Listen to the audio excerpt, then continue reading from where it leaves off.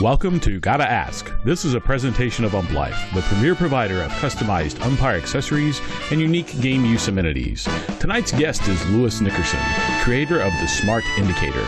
Please type your questions in the chat box below and we'll get you to them as soon as we can. Also, keep in mind we will be bringing you on as live guests tonight. This video will be posted to the UmpLife page after tonight's show for viewing, as well as the UmpLife TV channel on YouTube. Keep in mind this feed is about 30 to 40 seconds behind what you are seeing. And now the host of Gotta Ask, Ray Brownlee. I like that. That's a cool intro. Thanks, Tommy. Hey, everybody. Welcome to the show. This is a really good show to do tonight because it's going to be dedicated to the electronic indicator that's being developed by Louis Nickerson. So this is the best opportunity to hear from him live, and for you to call in live.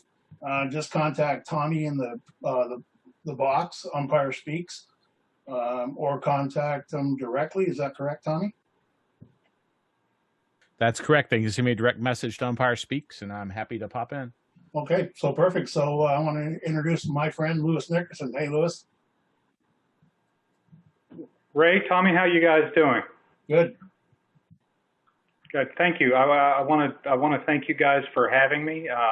Ray, I really appreciate all the support that you've since the day I told you about this project. You've done nothing but be 100% supportive, and I really appreciate that. And you're going to help me take this thing to hopefully good places. Tommy, thanks for all the hard work that you do. I really appreciate it, and I appreciate you both inviting me to be on the show. Cool. One thing I can tell you the date we physically met. It was January the 8th of this year, but I think it was probably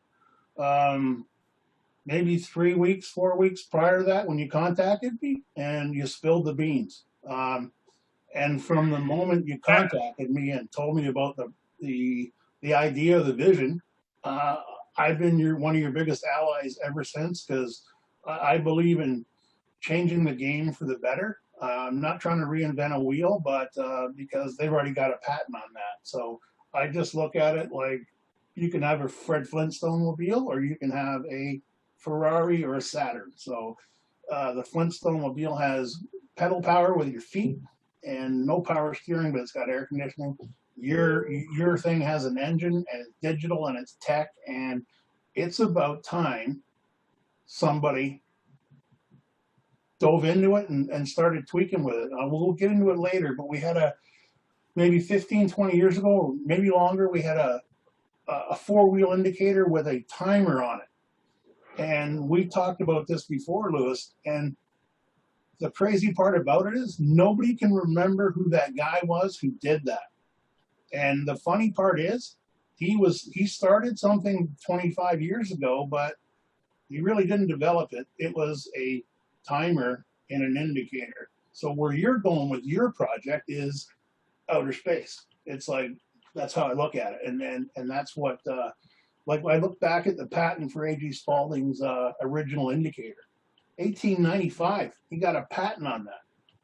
So, and it took him— Isn't that crazy? It took him 10 years, like around 8 to 10 years to get it when he first filed it, because people like, whoa, how does a patent office deal with that for baseball?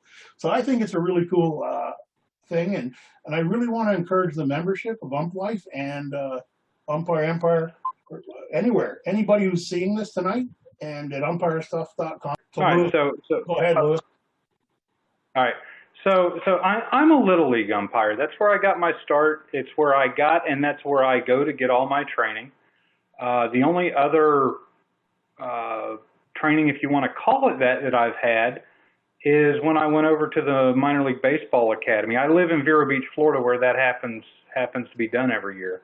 Mm-hmm. And I went through their laser strike zone training, which was an incredible experience. But other than that, I'm a Little League umpire. I do Little League. I do a little bit of travel ball. I really don't have any aspirations to go any further. Okay. But to go back to your question, the training that we receive is pretty darn good. I go up to Warner Robins once, twice, sometimes 3 times a year. And those folks up there do a really, really impressive job. They know what they're talking about. So since the first time I went to a clinic, I was always told, don't get caught looking at your indicator. Don't get caught looking at your indicator. Well, what's the sense in having it if you're not going to look at it to use it for the purpose it was designed for? And so anyway, the genesis of this entire project was, I want an indicator that I never, ever have to look at. So I started out with the idea that give me something that'll tell me how many balls there are, how many strikes there are, and how many outs there are without me looking at it. And I'm going to be the umpire on the field that nobody looks at because they caught him looking at his indicator. And so that was kind of the beginning of it. Okay. And I'd really like to stress this. That's what the smart indicator is.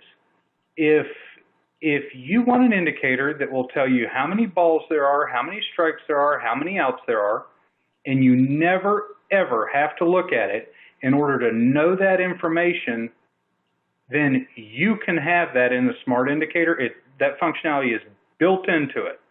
All you got to do is take it out of the box, turn it on, and that's what it does. Now, I don't know if I'm getting ahead of you, Ray, but after I developed this and I showed it to some friends, and this was in its very rudimentary stages. It didn't even look like an indicator. It looked, hang on a second, I got one here somewhere. I know exactly what it looks like. Something out of the original Star Trek series from the 60s. Oh, no, Ray. It looked like this. Okay. Okay. And this isn't it. This is actually another project I'm working on, but it was just a bunch of wires flying No way, Tommy. Did you see that, Ray? Yeah, I did. But anyway, it was a bunch of wires and some chips and some resistors and capacitors and diodes and all that stuff that most of us don't really care what they do. But the bottom line is when you push the button, it remembered that you added a ball. And if you pushed it again, it remembered that you added another one. And then when you push the magic button, it would vibrate. And it would vibrate and tell you how many balls there are, and it would pause. Then it would vibrate and tell you how many strikes there are, and pause, and vibrate and tell you how many outs there were. And that was kind of the beginning of it. Okay. So the only guy who never looks at an indicator is the guy who doesn't use one. In my world, like, I get what you're trying to do. And when we had these conversations, I said, man, I don't need all these bells and whistles. I just want to call strikes, balls, and outs. And then someone, oh, what about a timer? I go, that I could use that. And now, like, obviously, you can set it up. I actually don't have mine right here with me right now because I've actually lent it to a couple of other guys to try out, Louis. So it'll come back. But, okay. I don't have the prop with me, so it's on the wall behind me. But I had it in my hand the first time and at the Orlando airport, and I was absolutely taken away. Yeah, it was crude in its finish, but it did what it said on the tin. You talked me through it. Boom, I was like totally convinced this is the future. The future is bright. So I took it away and went up to Wendelstadt, as I do every year, and I was showing it to the pros and the students, and from the guys in the major leagues to a guy who is just going there to become a better umpire, has no desire to be a pro umpire. They were like kids on Christmas morning. Oh my God, where'd you get that? I go, well, the guy I know down in Vero makes it. And, it was a rage at the camp or at the school. I was only there for 4 days, but it was the feedback, and some of the guys, I let them take it away at the hotel and they were playing it. And, Trevor Patience made a nice video, Mark M. Dwyer, a couple other guys did it. And the feedback was absolutely incredible and instant. I said, look, take it away. Don't tell me what you think.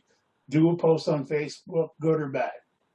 It's a good thing to do. So that to me was that reception that, for me giving it to those guys, was incredible, and I think it really, really made me want to not promote it, but like tell everybody about it, I guess. And you know, good things happen to good people, and you're a good guy, and I knew that from the moment I met you. And I've had no problem talking about your product, introducing you to other people, you know, MLB guys and a couple other people. So that's what happens to good people who are trying to do something that could be a game changer, and that's how I feel about it. So let's talk about the original thought. Okay, we know how you thought it out in your head. And by the way, there's nothing wrong with being a little league umpire. You know, No, there's not. no, absolutely not. And it doesn't matter where you work. You just do your job. And like Kelly Elliott Dine, for example, World Series umpire on the plate, works college baseball, and I think she used to still work softball too. So, and she still gives back to Little League. So it doesn't matter where you work. You don't have to be a pro to be a pro. And I know a bunch of Little League umpires who are very, very professional, no matter what game they're doing. You know, they're giving back their time. Some are paid, some aren't paid. And we're not going to get into that if you are or not. It doesn't matter because you are actually giving back time to the kids. So when you made your first indicator, do you have it with you? Yeah. You mean the one that was after what I showed you a minute ago? Yeah, show me the one from Star Trek, the 70s or 60s. All right. So, I love this. so everything started. We're going to go from Star Trek to 2020. Yeah. So everything started on one of these. Not that it matters, but this is called a breadboard. Yeah. And once I had it working, and at that point, all it did was ball strikes and outs. And I think I had written the software to do the check swing reversal at that point. What I did was I took all the stuff that was on that breadboard, and I got on Amazon and I ordered some plastic boxes and a bunch of switches and all the other stuff I was going to need. And everybody's going to, well, I think this has been on the Facebook page, so people have seen it, but throw it up there. This is the very first smart indicator that I ever took on the field. And no, I didn't work the plate with it, but I took it on the field, used it on the base. All right, Tommy, go away. I like having your video there, Tommy. Just the picture of you really makes me wonder if you're paying attention. But anyway, it does ball strikes and outs. It's got 6 buttons on it. And if you think about the smart indicator, it has 6 buttons on it. And those buttons all have the same basic functionality. Wow. Hey, you want to see what scares me about getting on an airplane with this thing? Well, I wouldn't let you on an airplane with that. Oh, well, wait until you see the inside. I don't know how well this is going to show up, but well, yeah, that's the very reason you're not getting on a plane. Cut the red wire. Cut the red wire. Cut the green one. Anyway, that's what it looks like on the inside, and I'm just going to set that aside, and we're done with that for tonight because it'll take me 10 minutes to put it back together probably. So okay, that was the next version, and it worked fine. It was too big, but that wasn't the idea at that point. The idea was let's see if it works in a game, okay, and it did. So what year was that? That was last year. I started this project. There was a hurricane that came through, and I live in Vero Beach, Florida. So every 2, 3, 4 years we get hit with a hurricane, or one hits close enough that we have to put the shutters up and not go to work and all that stuff. So we had a hurricane that was going to come through. The house was shuttered up. It was dark as night in here, and I honestly, I think I was scrolling through Facebook, saw an advertisement for something. That sparked a thought in my mind. I've got an electronics background, and I've written software before. So that whatever I saw on Facebook, I went and looked at the ad, and I said, oh, wow, I could do some cool stuff with that. And so I ordered this processor or it's called a microcontroller, and sat down and taught myself how to write the software. It wasn't too foreign from what I was accustomed to, and kind of figured that out and started playing with it. And that was last August or September, and that was when I started the project. The guy just said your first prototype would clear out any airport. Well, I guess you go right to the front of the line, huh?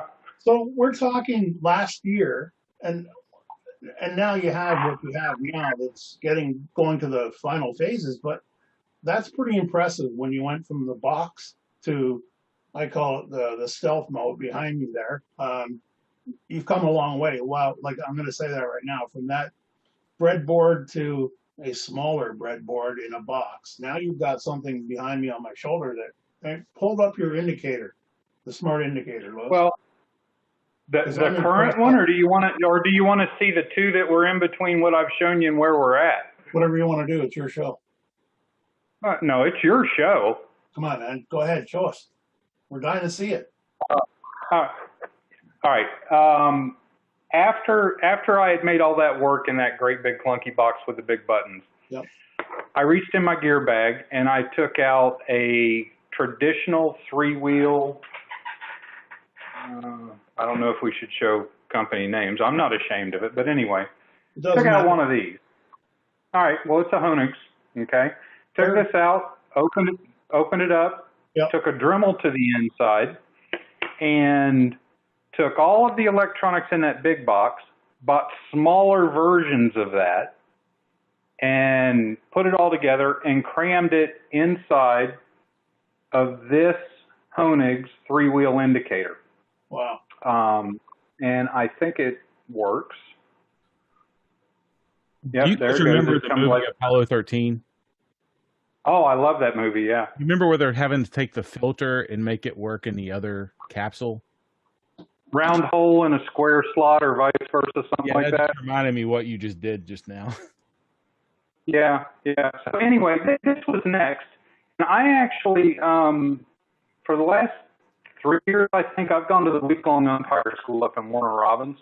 Yeah. And I took it with me and showed it to a couple of people. And I think that was when I came to the realization that I might actually be onto something that the umpiring community at large would be interested in.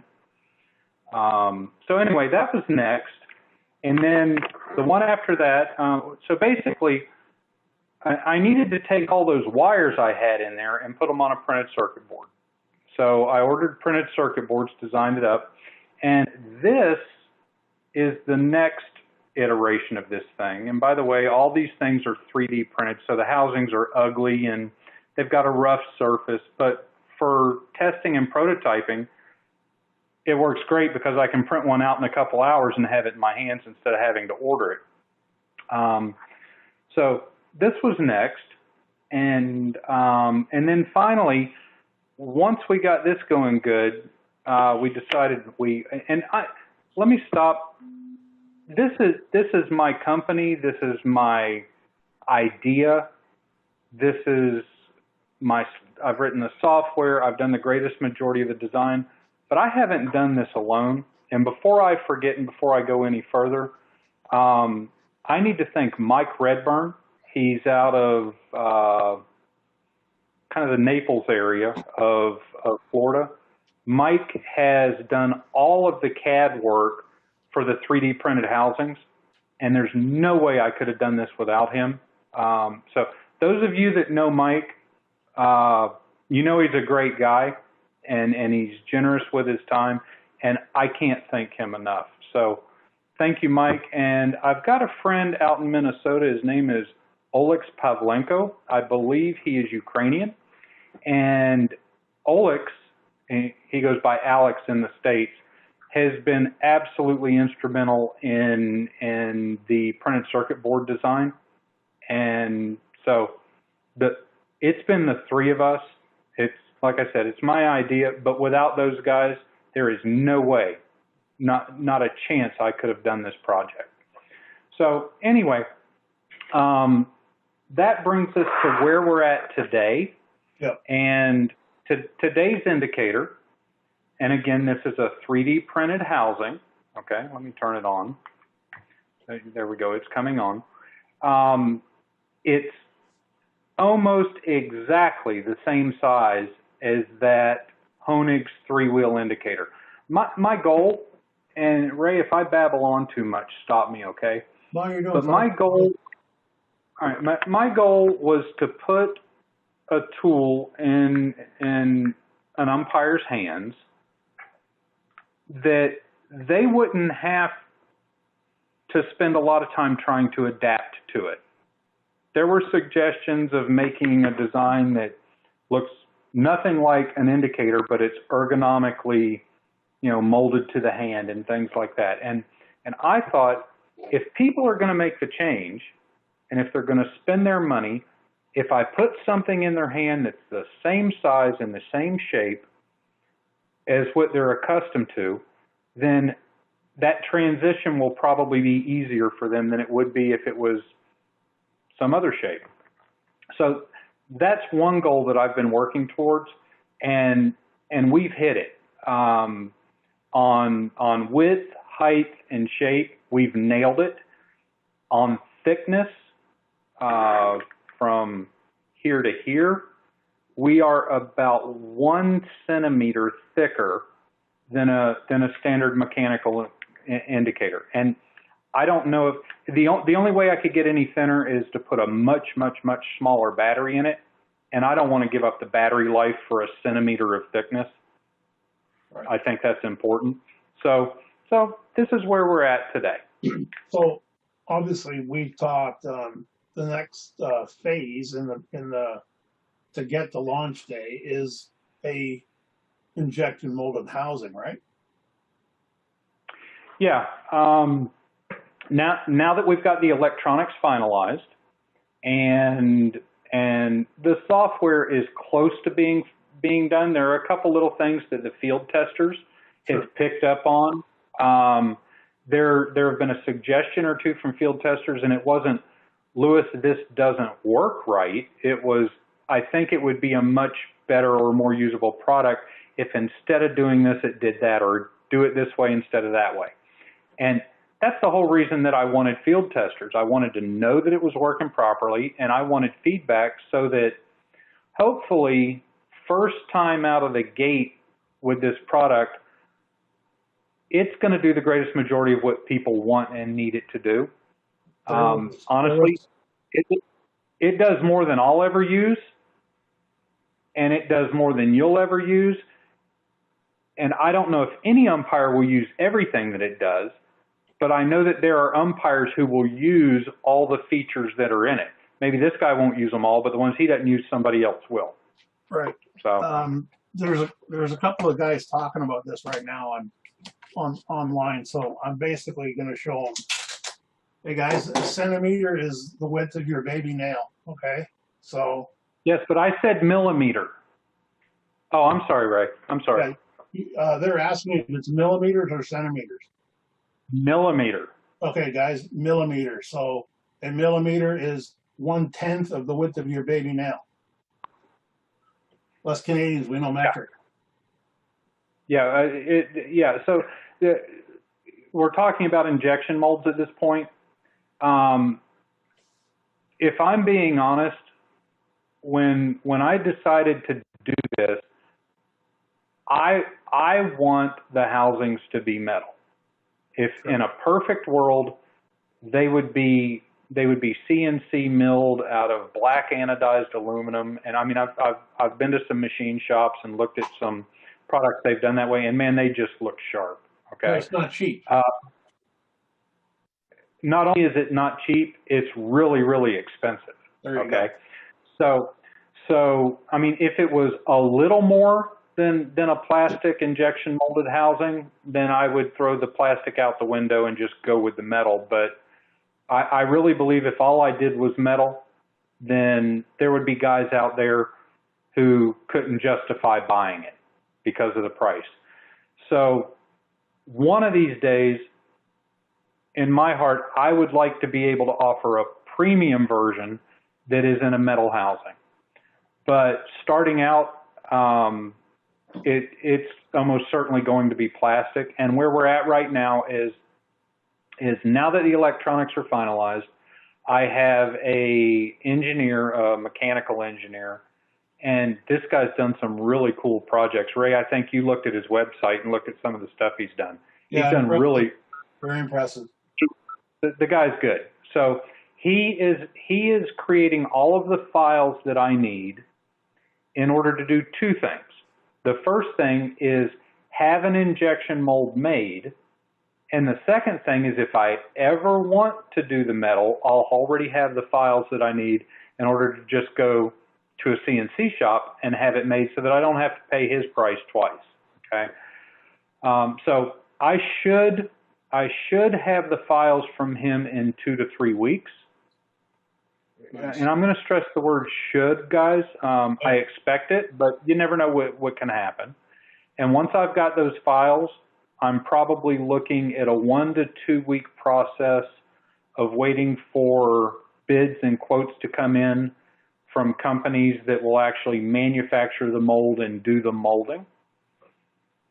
And once I've got that,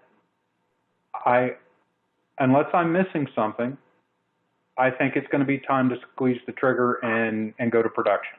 Nice. It's really interesting that, hey, Tommy, you can read out Chris Hickman's suggestion or idea, but believe it or not, Louis and I were talking about this yesterday or the day, probably Sunday or Saturday, late Saturday, early Sunday morning.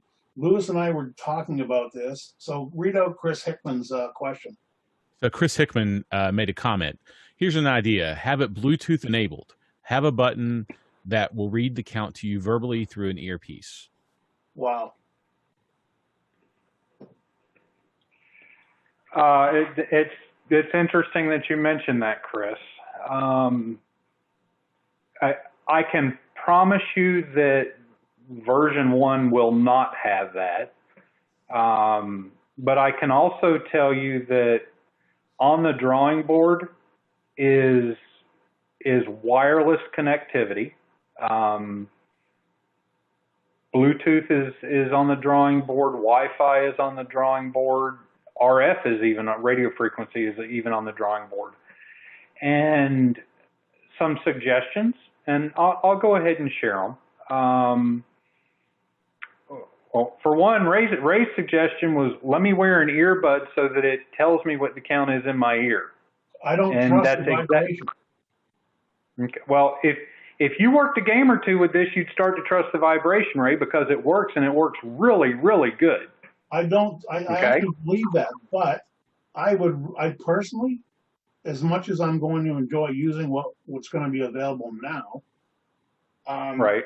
When I talked to you about that Sunday morning, I thought I'd like an earbud and to be able to hear a different sound for a ball and a different sound for a strike.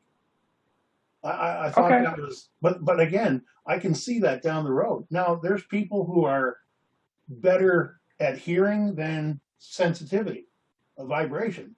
Like, it just depends on how you're built. And if that's a feature that can be added down the road, again, it's another great feature where you have options. You can, if you're just going to be strike balls and outs and timer, like I wanted to be, and then someone also mentioned, well, if it's going to vibrate, why do you need a display screen? So you're getting the best. I agree. Yeah, I know you do, but I think you're getting the best of everything, and you get to choose what you want to turn on.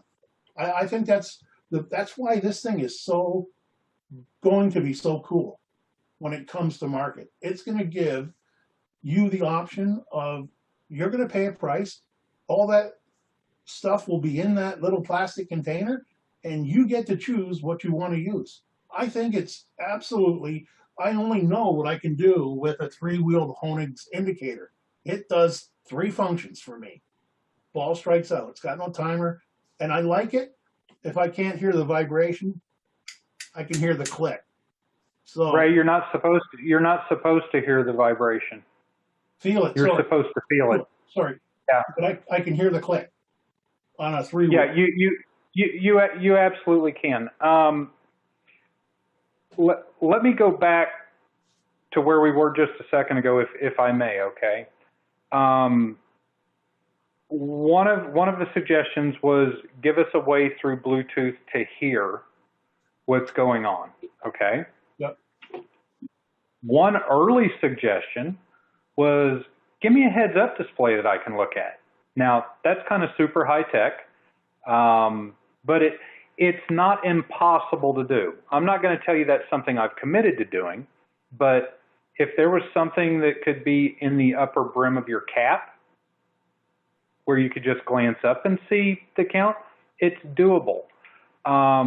Another suggestion has been, can you integrate this with the scoreboard? Well, yeah, I don't know if there would be enough demand for it, but technically it's possible. Somebody asked if we could create a small box that would sit at the scorer's table or upstairs in the score booth that would mirror what's on the plate umpire's indicator. Yes, we could do that. And those are just a few ideas that are on the list of things to consider developing once the indicator itself has made it to market. I can't do anything else until I get this out there because I'm going to go broke if I don't stay focused. But there's just all kinds of cool stuff that we can do with this technology if there's a market for it.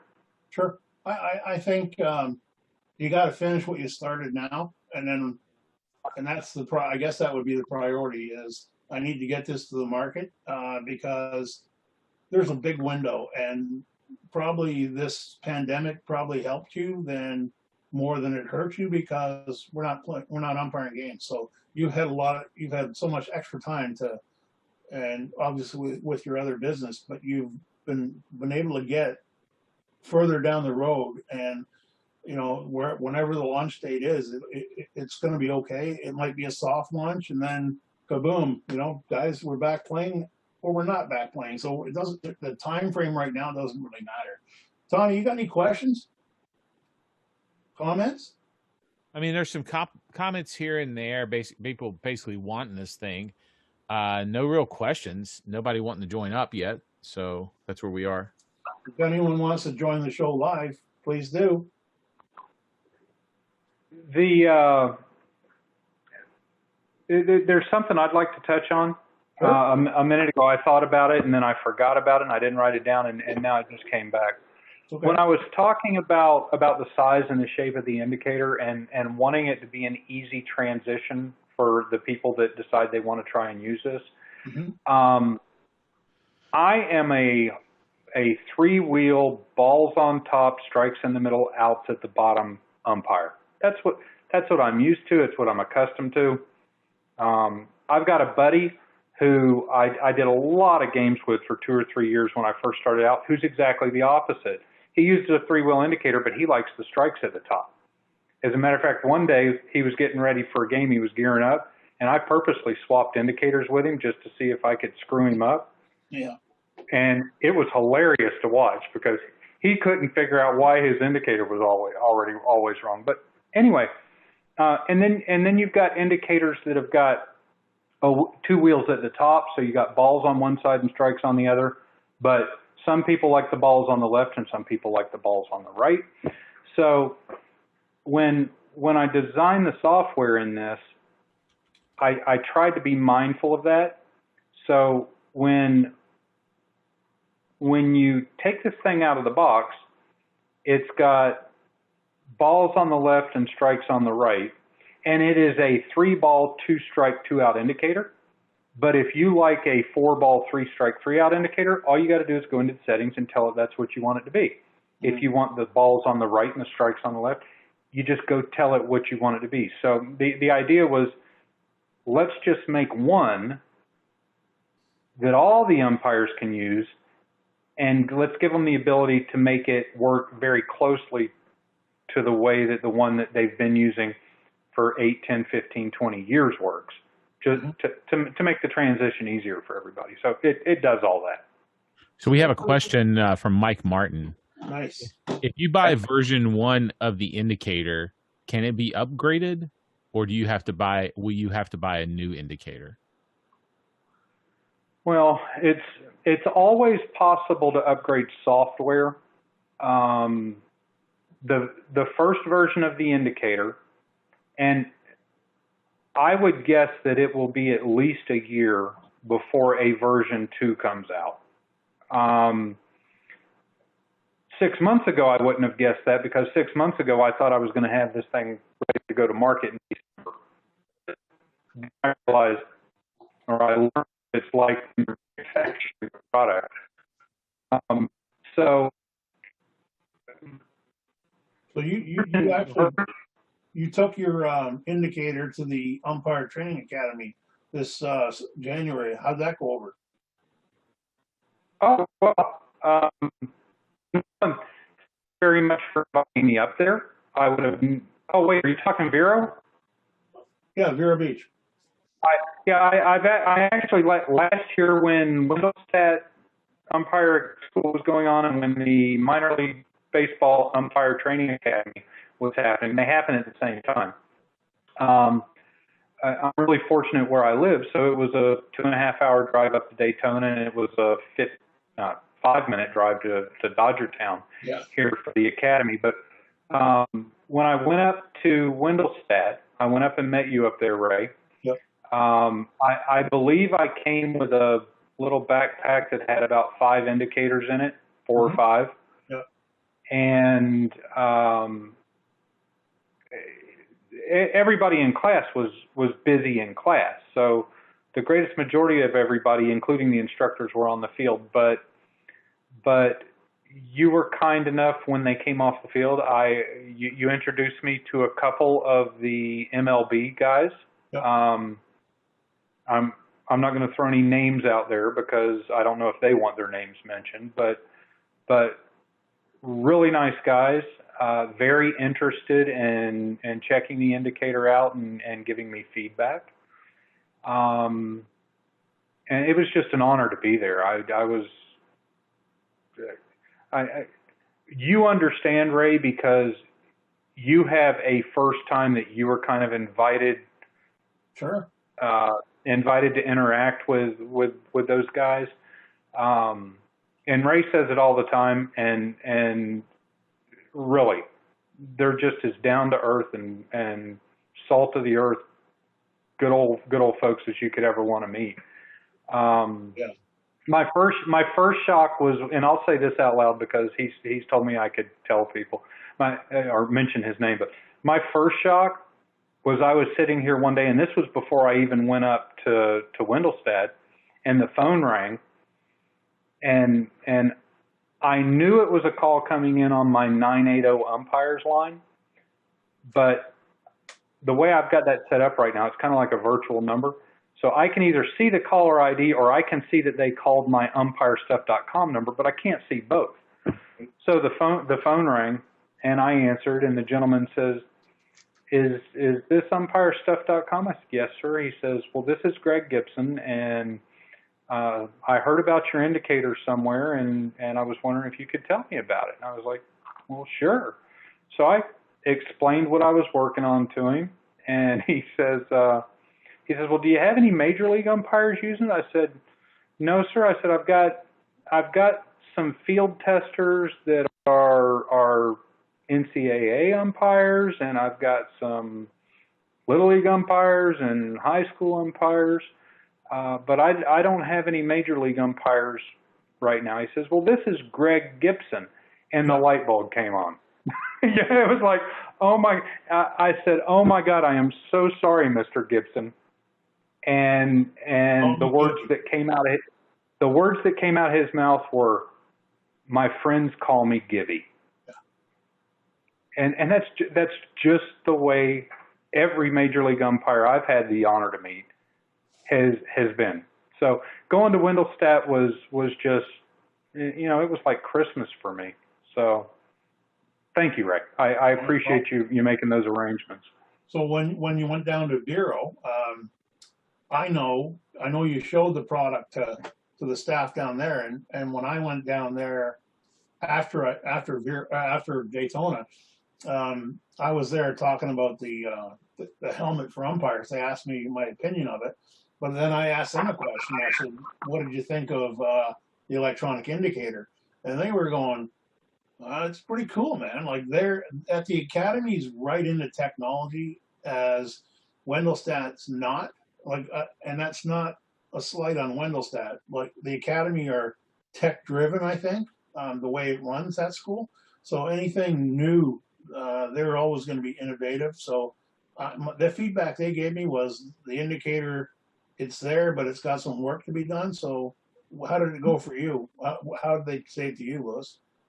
Well, the way that meeting actually came about was I wasn't invited by the academy to come over there.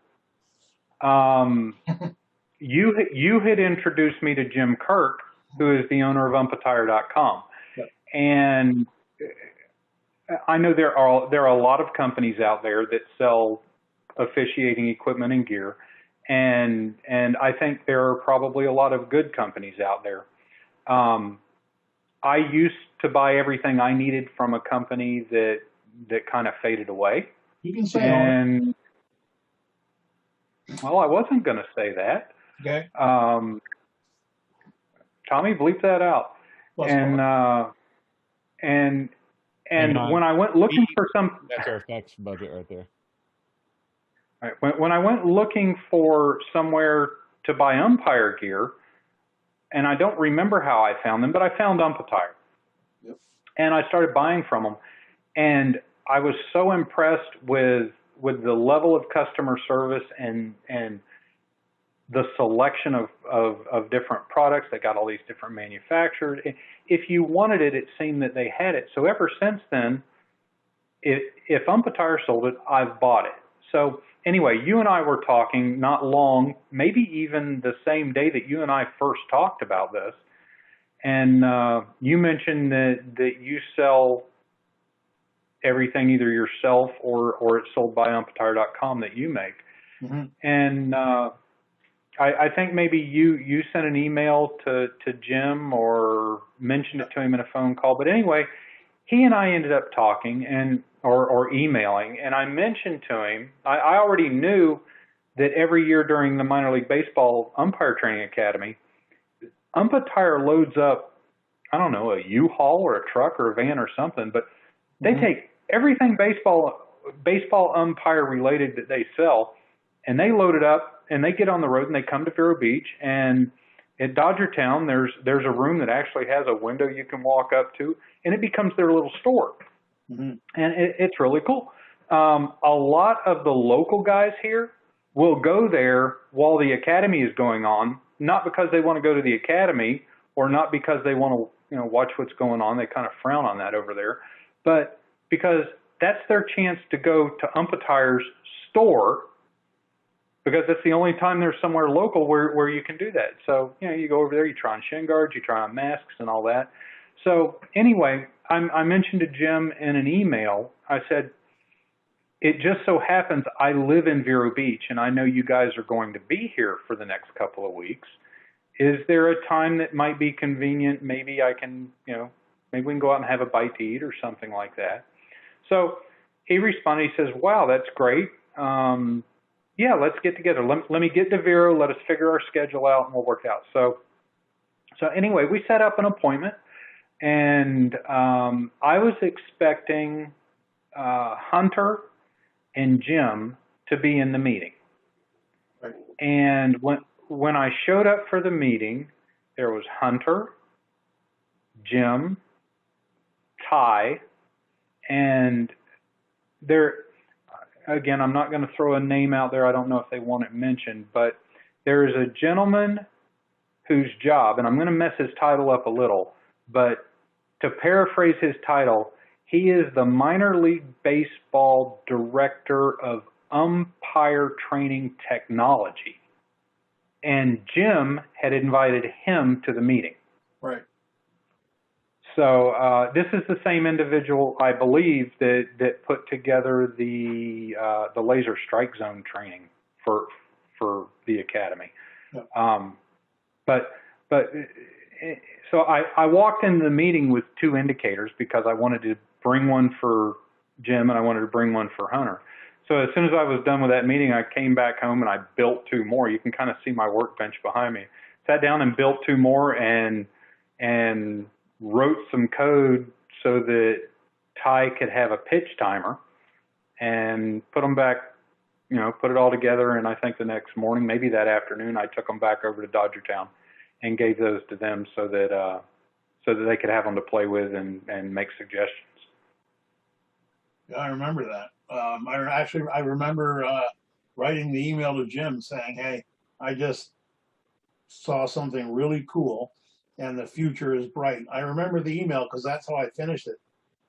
And then when I called him, I said, "You got to sit down for this." And I said, "I just saw the first fully really coolest functioning indicator electronic ever, and I want to introduce you to the guy." And that's how I did that, because I have a great relationship from Ump Life with Umpatire, and I just thought, you know what, I can open a door, and that's all I did. All I did was open a door for you, and whatever happens with Umpatire, I just see a good future for you.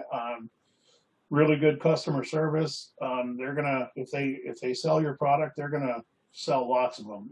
It's just how they do things.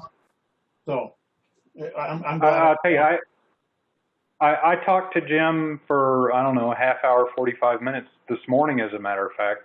Mm-hmm. And you know what?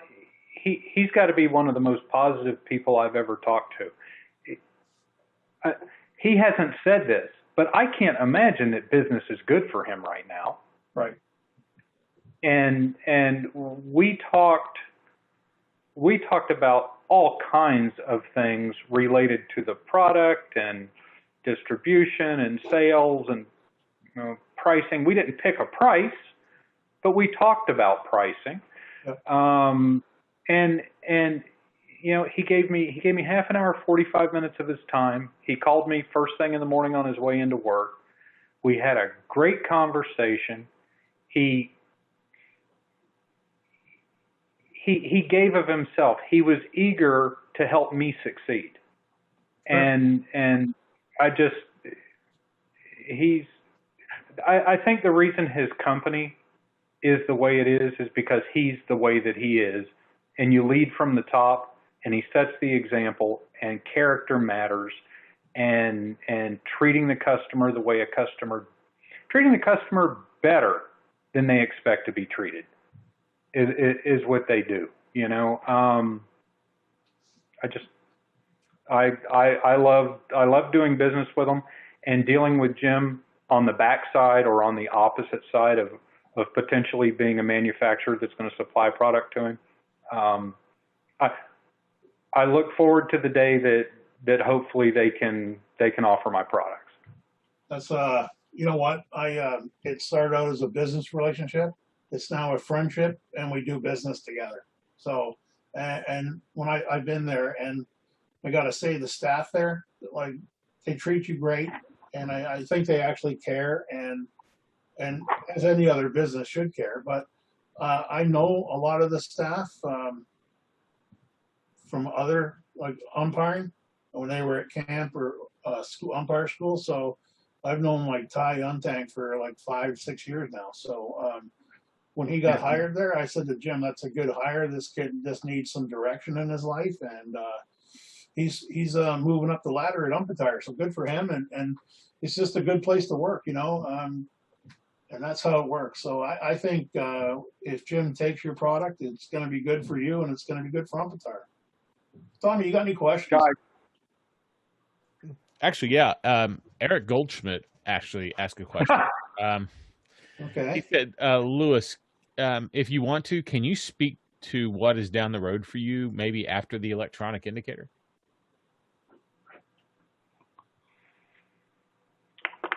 Well,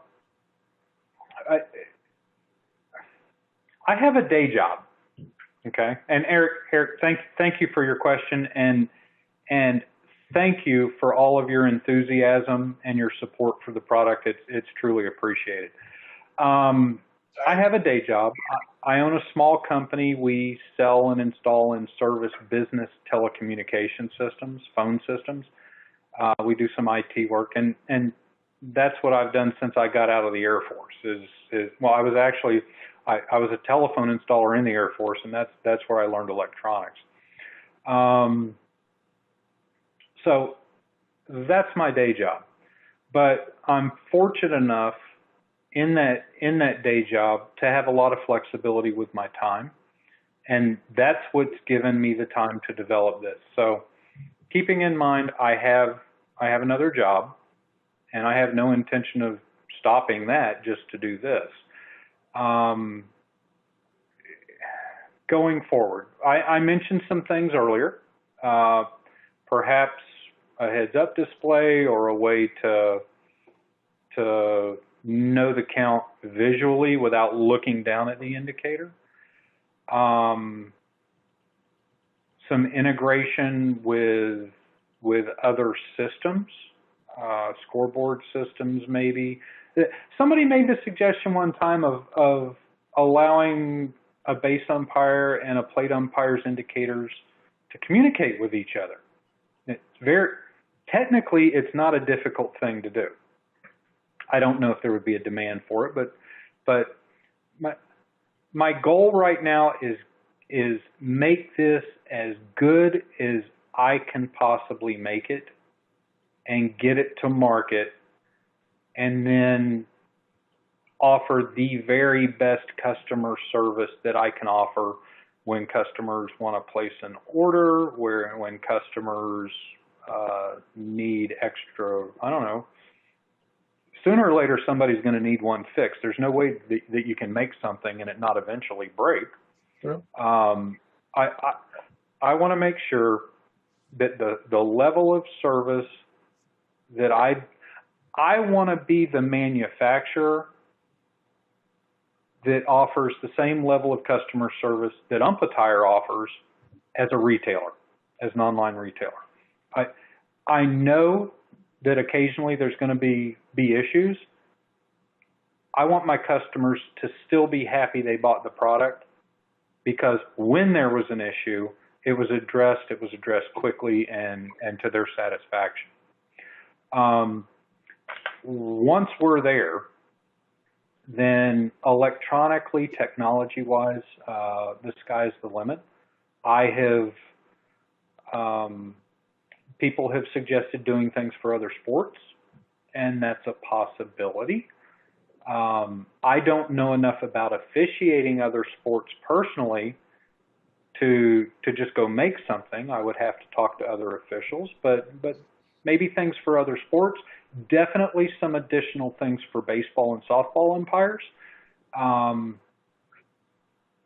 There's a project on the drawing board right now that will probably be our second product, but I think it's premature to put it out there yet. But there are other things coming, and I think I should just leave it at that for now. But thank you for your question, Eric. I appreciate it. So basically, Eric, he's not telling you what's next. I know, but I'm not telling you either. So Louis, we help save the world. Ray, I actually showed it to everybody. Well, that's true. When I held up the breadboard with all the electronics on it. Yeah. That is actually what will probably be our second product offering, but who knows? I mean, that could do anything if you look at it. And I can see that project being a game changer too. Hey, Tommy, you want to float something? Go ahead. Yeah, I want to float something. Hey, Ray. Yeah. Go ahead, Tommy. One product I think that would probably get you a lot of traction in a sport is for football. Ever since last year, or maybe even 2 years ago in high school football, the 25-40 clock has come down to the high school level. And it would be really nice to have a watch that did a 25-40, a 60-second clock for timeouts, and a game clock, because we're responsible for keeping those on field. So it'd be nice to have those in one location, because we have people wear a box on their waist for the 25-40, and we have a watch that we use for the 60, and then another official keeps the game clock on another watch. So one device to do all that, I think, would be something people might have an interest in. That's a really interesting suggestion, Tommy. It's certainly doable. How many different products are on the field in football right now?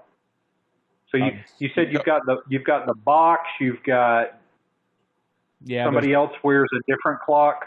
Well, mostly everybody just has a watch or a box, and some people have two boxes. So it really varies. Everybody has their own way of keeping it, but I think one device that would do all of it would be helpful.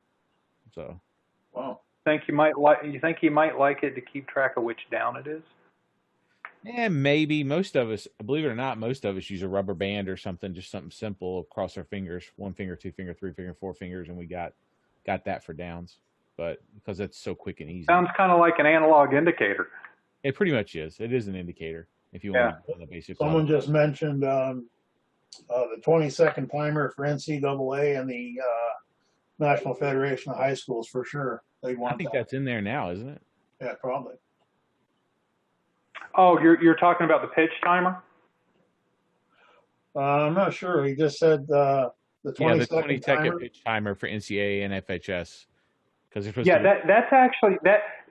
the feature. When I walked into Dodgertown, or the academy, when I walked in there with the indicator for Jim and for Hunter, Ty is the one who said, "Do you think you could make this? Could you give us a pitch timer?" All right. And in Little League, I mean, I do OBR rule sets, and I do U-Trip, and I've done Cal Ripken, and I've done Billy Bob's travel tournament on the weekend. But most of them have pretty common rules. And I know Little League, there are times when the pitcher is limited in how much time they have before they deliver the next pitch. And so when he suggested, I thought, wow, I said, I knew there was a rule along those lines. I didn't realize in upper level play that was something that mattered. And his response was, pace of play is a priority. They're making it a priority, and they're forcing us to enforce those rules. So that's when I came home and built him an indicator and wrote the software so that it would do what he was talking about. So yeah, the smart indicator as it exists today in its beta software has got a pitch clock. You press the button. Let me back up. You go into the settings before the game and you tell it how long you want that timer to be. So let's say in NCAA, I don't know what it is, 10 seconds, 20 seconds? Tommy, do you know? NCAA is a 20-second timer. Okay, so you got 20 seconds. So no runners on. Pitch gets back there, or ball gets back to the pitcher. He's got 20 seconds to deliver the next pitch. So when the pitcher receives the ball, you press the button, and your 20-second timer starts. And when the 20 seconds are up, it starts vibrating like the house is on fire. Okay. But if he makes a pickoff move, then that 20 seconds, that limit goes away, and the clock doesn't start again until he gets the ball back. So if he makes a pickoff move, just hit the button again. And then when he gets the ball back, hit the button, and that 20 seconds will start from there. So yeah, that functionality is already in there. But Tommy, I like your thinking about making a device that would be helpful in a lot of sports. And I don't want to take anything away from anybody that's already got something out there. I don't know. Like you said, there's already, you said people have got watches that do this kind of stuff. There's nothing it does at all. There's multiple devices out there. The only thing I've seen that comes close is a device for that other sport they call football, that's really soccer, where they keep track of stoppage time and things like that. Okay. nothing for American football that actually keeps track of the multiple timers that we have there. It's all kind of separate. There's been some Apple Watch apps that have come out, but they eat your battery for lunch.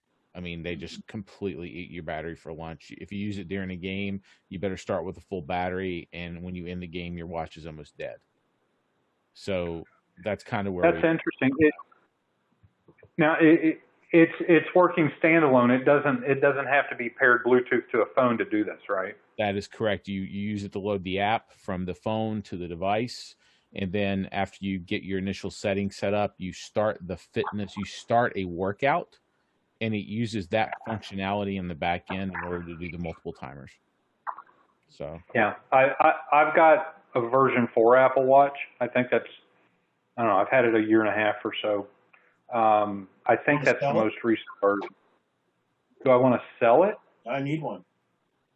I kind of like the watch I'm wearing tonight. Oh, where'd you get those?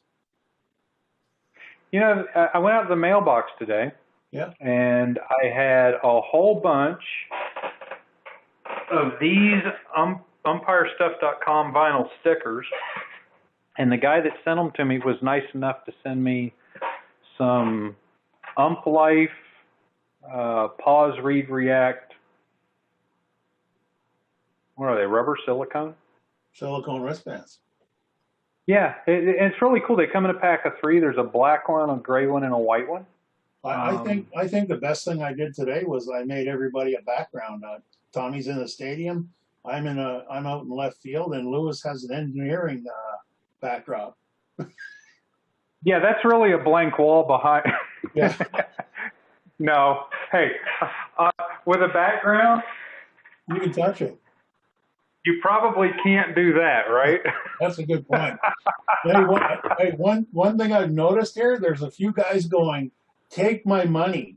They don't even know the price, and they want to give you their money, Louis.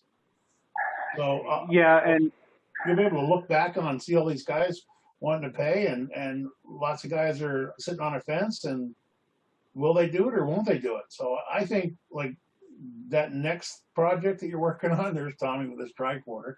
I think that is a really better mousetrap. With what we talked about Sunday, I think that's the other thing that hasn't even, there's a breadboard, but there's no, it's going to be a big one too. So I think the future is looking pretty good for this little startup, and maybe you should do a startup, a GoFundMe thing to get the molds, and away you go. I guess you don't want any shareholders, right? well, when you do GoFundMe, you don't end up with business partners. Right. I have invested. You're not really investing in the company, but you're helping the company get started.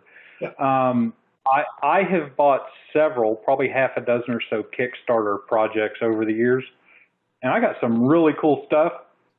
And I got the raw end of the deal one time because the project just never became a reality. Right. It was a smartwatch. It was a smartwatch before the Apple Watch ever came out. And I was like, oh, this is going to be the coolest thing. I'm going to get this watch. I promised to give it to my sister, as a matter of fact, and then they never made the thing, and I've felt guilty ever since. But my what to do next system is basically is high tech as what I'm doing is, and it's not really that high tech. It's just more high tech than umpiring has ever been. Mm-hmm. Is Post-it notes. When an idea comes to mind, or when somebody makes a suggestion, I grab a Post-it note, I write it down, and I've got a half wall next to my desk here over on the left-hand side, and I stick it to the half wall. And I have got 1, 2, 3, 4, 5, 6, 7, 8, 9, 10, 11, 12.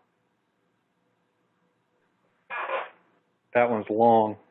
I've got 1, 2, 3. I've got 4 8.5 by 11 sheets of paper and about 25 to 28 Post-it notes on that wall. That after I sell the first indicator and get the ball rolling, then I'll look at that wall and start trying to figure out what do the most people want. Yeah. You know, what makes sense next, and go from there. Tommy, do you have any questions? No, it looks like we're there's nobody asking any questions, and people seem content with Nobody the called in. That's like, man, you get to talk to Louis Now- Nickerson directly, and you think all those comments on your page, how many people wanted to talk to you, but now here's an opportunity to phone in, and you know, I don't get it. Well, you know what? People can talk to me anytime they want. Sure. The phone number is 980-UMPIRES. I got a call this afternoon from a gentleman in North Carolina.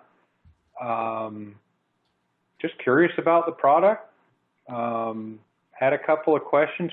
We probably spent 15 minutes talking about umpiring and getting back on the field, and his name was Jeremy, I believe. And I mean, I answered a couple little questions about the indicator, and I think he asked what might be coming next, and I basically said, I don't know, but there will definitely be more. But call me anytime if you've got questions. If I'm so busy in the middle of something that I can't talk, you'll go to voicemail and I'll return your phone call.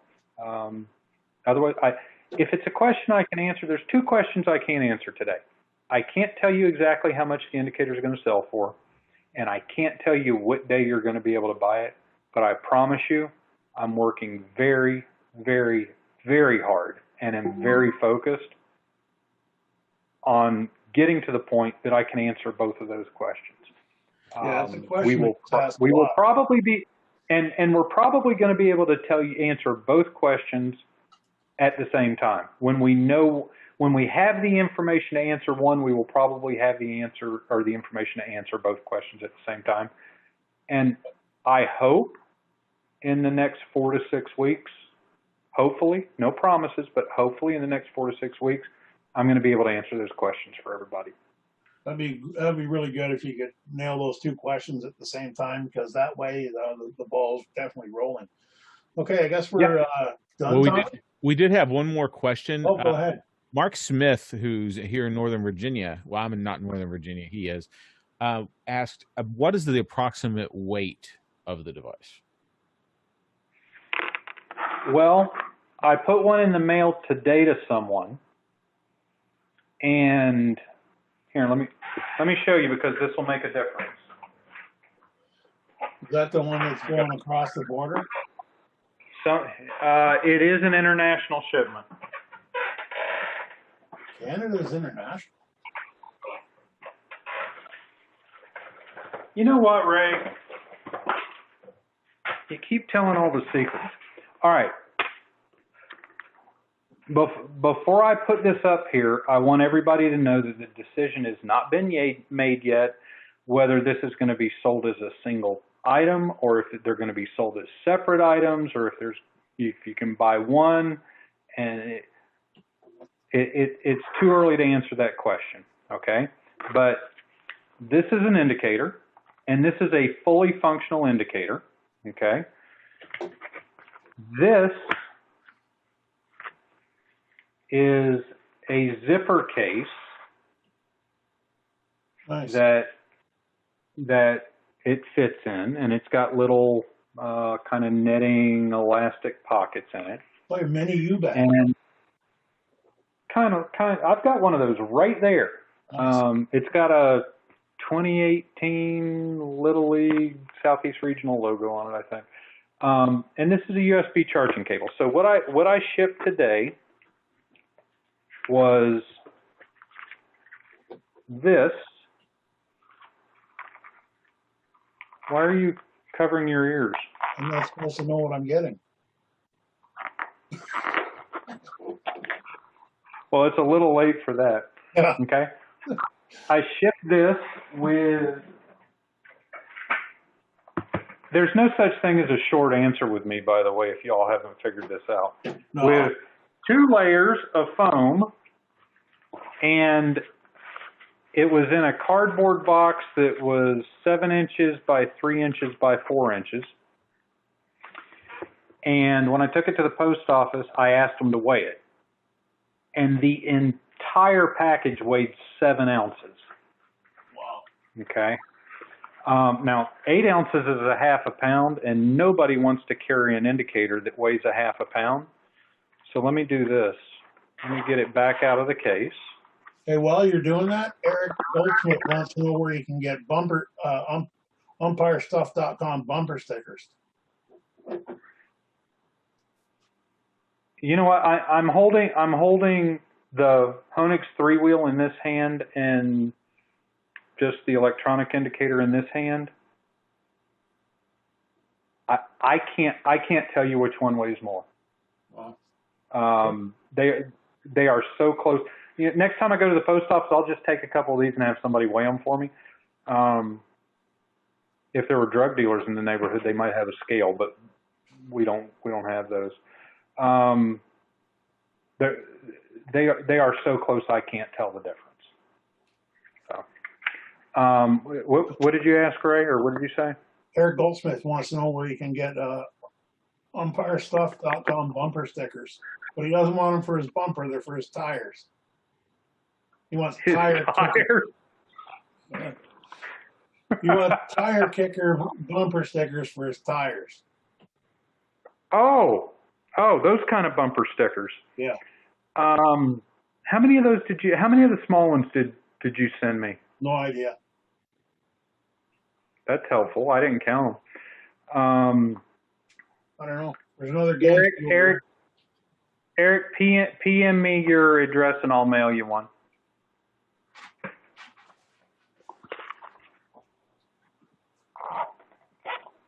Oh, there's more here. I got lots, Eric. Why do you have those and I don't? Because those are the ones where my machine shut off because I flipped the switch and it didn't cut them. So now I have to figure out how to cut them. All that material and ink wasted. But I'll figure it out. You mean they're not, it's not cut. Yeah, I got you. Yeah. Okay. That's a really big bumper sticker if you want the whole thing. Hey. What? How about, can you hold that up again real quick? Sure.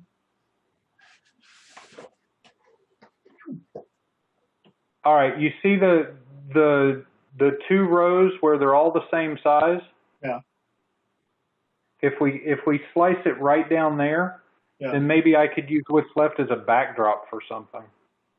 Maybe. I don't know. I'll make you a banner. It's easier. All right. Anyways, any more questions, Tommy, or anything to say? Nope, we're looking pretty good. Okay, I guess we're done. I enjoyed this. It was good. Hopefully everyone understands that this isn't something you whip up overnight, and it takes time, and I actually believe it's worth the wait, and you won't be disappointed when you actually have the chance to purchase one, whether it's, wherever you get to buy it from. I think it'll be worth the wait, and I keep saying that, and just be patient, everybody, and I'll leave the last word to Louis or Tommy. Go ahead, Louis. Oh, it's your show. I have no idea who was here or how many were here, but for those that are still around, thank you very much for tuning in. I appreciate all of the amazing interest and support in the product, and like I said, I'm going to do my very best to make this as good as I can possibly make it before it goes out the door. Tommy, as always, you've done a wonderful job tonight. Thank you for stepping up and offering your technical expertise. And Ray, I can't thank you enough. All good, man. Tommy, you're more than a friend, and I just really appreciate it. Appreciate it, buddy. So this was series 2, episode 1. Really good. We got to do Louis right away. I'm working on guest number 2. Hopefully it's a big name, and might be a couple of different people. So don't know what it will be. On the weekend, the admins played around with the Plate Shoe Diaries. We had some fun on there. You get to bring a drink and chew the fat with us. So when do you want to do that again, Tommy? The weekend? I think we might try to do it the weekend. It's supposed to be storming here, so it might be good to do. So we'll do it Saturday night? And if you want to come on video with us, the only requirement is you have some kind of a drink. Get him be water. You just have to have a drink. You might have to do a toast with us. So that's it for tonight. Hey, Louis, forgot to say thank you for your service. I did catch that, and I knew about it, and you mentioned it, and I should have said right. So thanks for your service. Thanks for what you're doing here. It's a really cool project, and I actually believe it will be a game changer. So thanks for watching, and it's over to Tommy.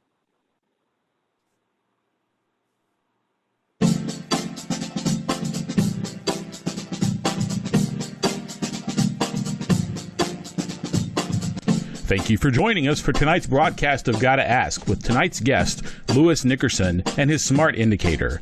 Please look to join us for future broadcasts. Again, this video will be posted to the Ump Life page and the Ump Life TV YouTube channel later this evening. Have a good evening, and may you and your family stay safe and healthy. But I was missing all that time in England. It sent me aimlessly on foot or by the help of transportation.